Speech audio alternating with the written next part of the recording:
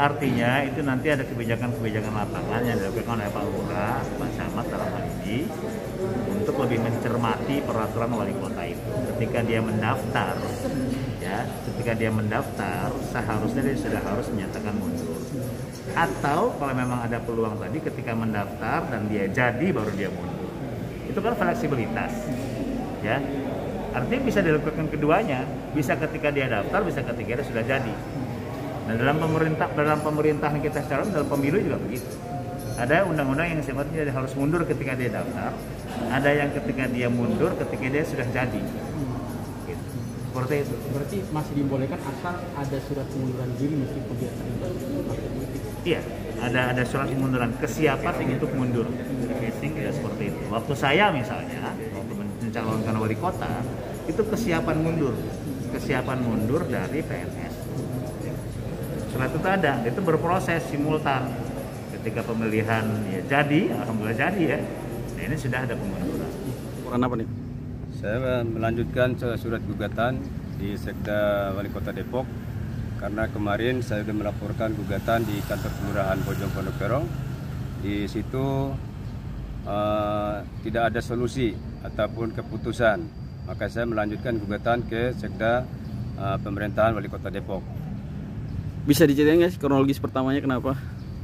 Kronologi pertama, saat saya ingin menjadi calon RW 10 Kelurahan Bojong Pondok Terong, Kecamatan Cipayung, Kota Depok.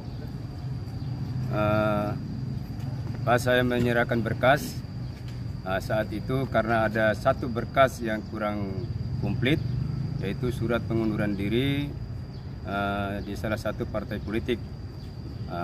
Padahal saya sendiri tidak merasakan terikat dengan salah satu partai politik walaupun misalnya ada di salah satu partai politik, tapi saya tidak pernah dilantik ataupun mendapatkan SK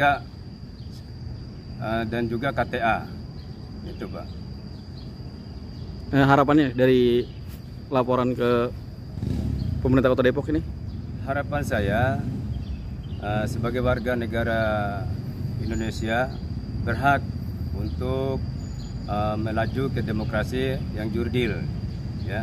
Yang mudah-mudahan saya melangkah ke Wali Kota Depok ini ada solusi terbaik untuk menyelesaikan masalah ataupun yang kejadian yang saya alami saat ini. Terkait SK yang beredar Om, yang menyatakan bahwa Ita sudah terlibat di PKB itu gimana Om?